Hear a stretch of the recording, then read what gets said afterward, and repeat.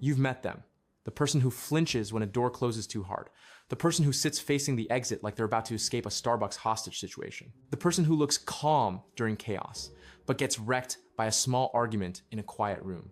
And if you've never lived through trauma, it's easy to think they're being dramatic, cold, controlling, or just a lot. But trauma isn't a personality. Trauma is what happens when your brain learns that the world can turn on you fast, and then it refuses to unlearn that lesson. Trauma isn't just what happened back then. It's what your nervous system expects might happen again, any second, forever. Your brain is not designed to make you happy. It's designed to keep you alive. Happiness is like a cute optional upgrade. Survival is the default setting. And when you go through something extreme, especially something that felt inescapable, your brain updates its software. It stops prioritizing comfort and starts prioritizing prediction, because prediction equals control, and control equals safety. That's why trauma survivors can look hyper alert. Hypervigilance isn't "I'm anxious." Hypervigilance is "I'm scanning the room while you're talking about your new protein powder." It's noticing tone changes, facial microexpressions, footsteps, the way someone shuts a drawer, the way a text message ends with a period instead of an emoji, and your body reacts like it just got chased. To you, it's nothing. To their nervous system, it's an early warning siren. Because once upon a time, the small cue was the beginning of the bad part. The voice changed, the silence hit, the door slammed, and then it happened. So their brain learned a brutal rule. Don't wait for the big danger. Catch the hint. The hint gives you time to prepare. And preparing becomes a lifestyle. This is where control shows up. Trauma survivors often look controlling. They plan obsessively. They hate surprises. They need specifics. They double check. They rehearse conversations in their head, like they're preparing for court. They don't go with the flow, because the flow is where people drown. And from the outside, it can look annoying. Like, relax. It's just a dinner plan. But inside their body, unpredictability isn't spontaneous. It's unsafe. Control is what they grabbed when they couldn't stop the original thing from happening. And here's the messed up part. That survival strategy might have saved them then, but it taxes them now. Being ready all the time is exhausting. It's a full-time job your nervous system never clocks out of. Another thing people notice is emotional distance. Trauma survivors can seem cold, detached, numb, like they don't care. But a lot of the time, they care too much, too fast, and they had to learn to slam the brakes just to function. Think of emotions like waves. For most people, they're manageable. Trauma can turn them into a tsunami. A small trigger can unleash a huge bodily reaction. So the brain learns, okay, if feeling fully equals drowning, then we're not doing that anymore. That's where numbness comes in. That's where "I'm fine" comes in. Not fine like peaceful, fine like sealed, like a container with pressure building inside. And it creates a weird effect where trauma survivors can be calm in chaos and chaotic in calm. In a crisis, their system goes, oh, I know this place. I can focus. I can perform. I can handle emergencies.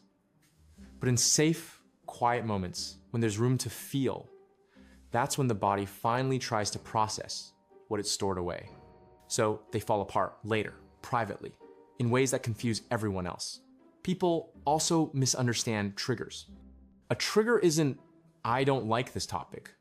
A trigger is a cue that slams your nervous system into survival mode. Smell, sound, touch, a phrase, a look, a time of year, a specific kind of silence. And when it hits, the rational brain can go offline while the survival brain takes the wheel. That's why you can't logic someone out of a trauma response like it's a math problem. You can say, calm down, nothing is happening, and their body's like, incorrect, something is happening. Trauma memories don't always store like normal memories. Normal memories are like a story you can tell. Trauma memories can be like a file that opens itself. You're not remembering, you're re-experiencing. Heart racing, stomach dropping, muscles tightening, vision narrowing. So when someone overreacts, they might not be reacting to the present moment at all. They might be reacting to a past moment that just hijacked their body. Now let's talk trust, because this is where trauma really rewires people. Trauma teaches you something about humans. Sometimes it teaches you people are dangerous. Sometimes it teaches you people leave. Sometimes it teaches you nobody comes when you call. Sometimes it teaches you the people who claim love can also bring harm. So later, in normal life, trust becomes complicated. Some trauma survivors trust nobody. They keep distance. They test people. They watch for inconsistency. They prefer self-reliance. They might look like lone wolves, but it's often just risk management. Others go the opposite direction. They become people pleasers, over-apologizers, peacekeepers. They read moods like a weather forecast because their survival strategy was to appease, to stay small, to not provoke the threat. And some people do both. They push you away and fear you leaving. They crave connection and distrust it. Trauma makes contradictions. The brain isn't trying to be consistent, it's trying to stay alive. Trauma also messes with your relationship to safety. Safety can feel unfamiliar. Calm can feel suspicious. If your history taught you that good moments were followed by punishment, your brain learns to brace during happiness. So you get people who feel anxious when things are going well. They're waiting for the crash. That's not negativity, that's conditioning. It's like their nervous system is allergic to calm. This is also why some trauma survivors unconsciously recreate chaos. They might chase adrenaline, intense relationships, high drama, risky situations. Not because they love danger, but because their baseline got set high. Calm feels wrong. Calm feels like the quiet before something bad. Familiar doesn't always mean healthy. Sometimes familiar just means you survived it before. Now, resilience. Trauma survivors can be ridiculously resilient. They can be calm under pressure, resourceful, fast decision makers, emotionally perceptive, built for emergencies. They often develop skills other people never had to build, and society loves to romanticize it. Wow, you're so strong. Meanwhile, the trauma survivor is thinking, thank you, I would have preferred peace. Resilience is often just what happens when you didn't have a choice. It's not always a superpower. Sometimes it's just a scar that learned to walk. And here's the part people don't like hearing. Trauma can make you funny, like morally questionable funny. Dark humor is a pressure valve. When you can't scream, you laugh.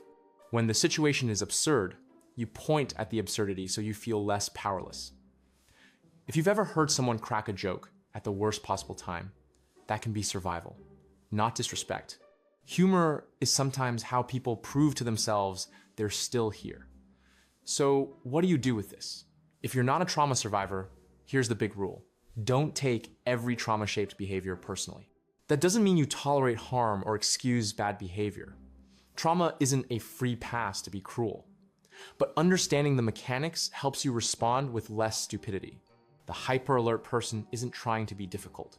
Their nervous system is scanning for a repeat of something that once destroyed them. The distant person isn't heartless.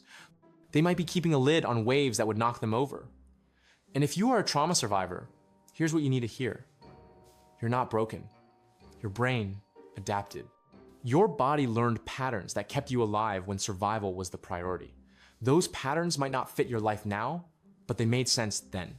Trauma is invisible rewiring, and when you can name it, you can start choosing what stays, what changes, and what you don't have to carry forever.